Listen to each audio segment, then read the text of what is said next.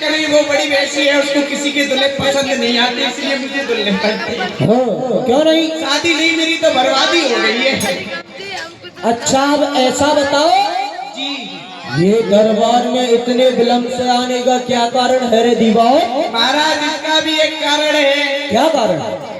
जैसे ही मैं सुबह सुबह आज सो के उठा महाराज। हाँ उठा। हाँ हाँ हाँ आगे तो बता मुँह। महाराज, जब मैं सो के जगा तो मेरी जो घर से हैं घरवाली जी, उन्होंने हमसे कहा कि अरे दीवानी जी बड़ा प्यार करती है मुझसे। मुझसे बोली अजी सुनते हो दीवानी जी? मैंने कहा कहो जी क्या बात है? तो वो बोली कि घी खत्म हो गया, जाइए बाजार से घी ले आइए। तो मैं घी लेने के लिए गया सरकार। तो घी लेने गया तो मैं गया बनिया की दुकान पे गया, उससे जाके मैंने कहा लाला जी इस डिब्बे में घी भर दीजिए, मैं अभी आता हूँ पान खा करके। मैं पनवाड़ी की दुकान पे गया, मैंने कहा कत्था चूना पान तमाकू सब लगा के हमको दो भाई। मैंने पान खाया, मुंह में दबाया और 2 बार ऐसे थूक दिया महाराज। मैं आया बनिया की दुकान पर और वहां आकर के मैंने कहा हाँ भाई हमारा घी हो गया। उन्होंने कहा हो गया। तो मैंने उसको उठाया और घर पहुंच गया और घर जाकर के मैंने वो अपनी मेहरारू को दे दिया। तो मेहरारू ने उसको ऐसे जैसे दूसरे डिब्बे में पलट के किया तो महाराज उसमें वो बतला रही थी, इसमें वो बतला रही थी महाराज डालडा। वो डालडा बतला रही थी और मैं बतला रहा था गेसी शुद्ध। वो बतला रही थी डालडा और मैं बतला रहा से घी शुद्ध। और महाराज इसी बात पर हो गया घरवाली से युद्ध। युद्ध हो गया महाराज। उसने 4 लगाए डंडे और हम हो गए बिल्कुल ठंडे। अरे घरवाली से पिटकर आया है।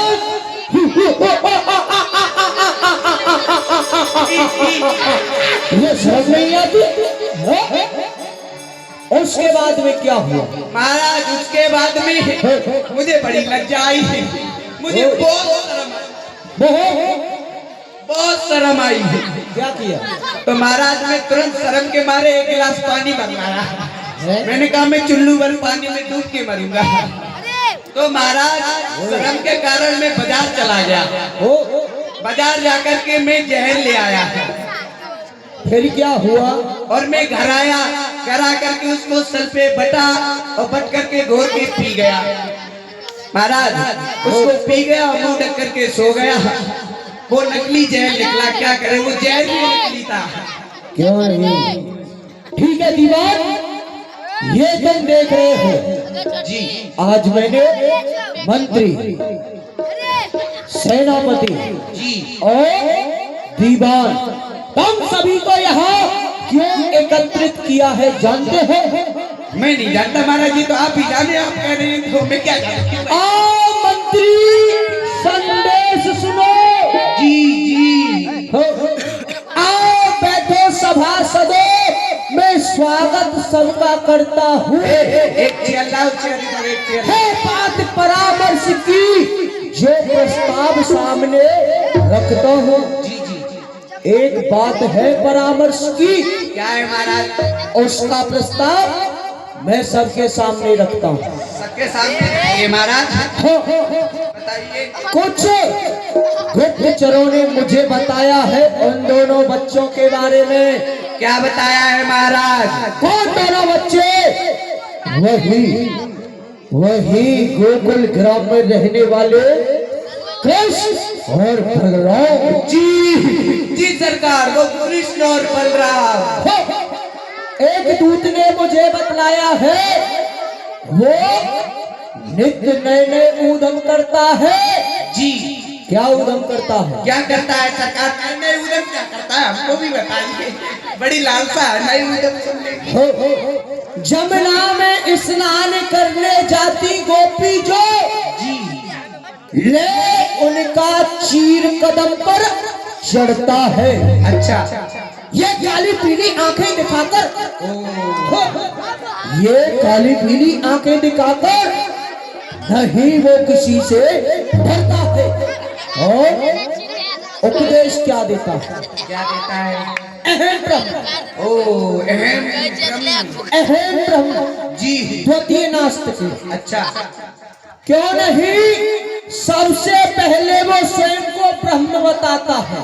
अच्छा वो बच्चा वो अपने आप को ब्रह्म बताता है। ब्रह्म बताता है, ब्रह्म के साथ साथ में नास्तिक कार्य भी करता है। वो क्या कार्य है? क्या करता है महाराज? जब वो ग्वाला उस कदम के वृक्ष पर चढ़ जाता है, गोपी कहती है, हे कृष्ण, आप हमको हमारे वस्त्र दे दो।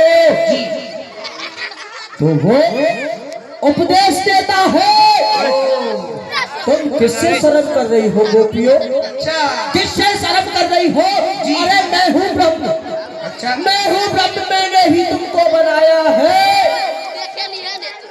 इस प्रकार से वो ग्वाला प्रतिदिन उपदेश देता है। महाराज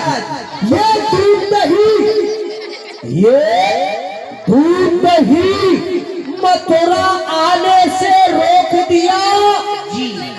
वो गजब है, छोटे से बच्चे ने मेरे शासन का मुख मोड़ दिया। जी एक समय की बात है, हाँ जब हमारे मथुरापुरी में ब्रजगोपी सभी दूध और दही लेकर आती थी, तो दूध दही से हमारे जो दरबार के तालाब है, वो सभी तालाब भरे रहते थे, जिनमें हमारी रानी, जिनमें हमारी रानी अस्थि और प्राप्ति अपने केशों को सींचा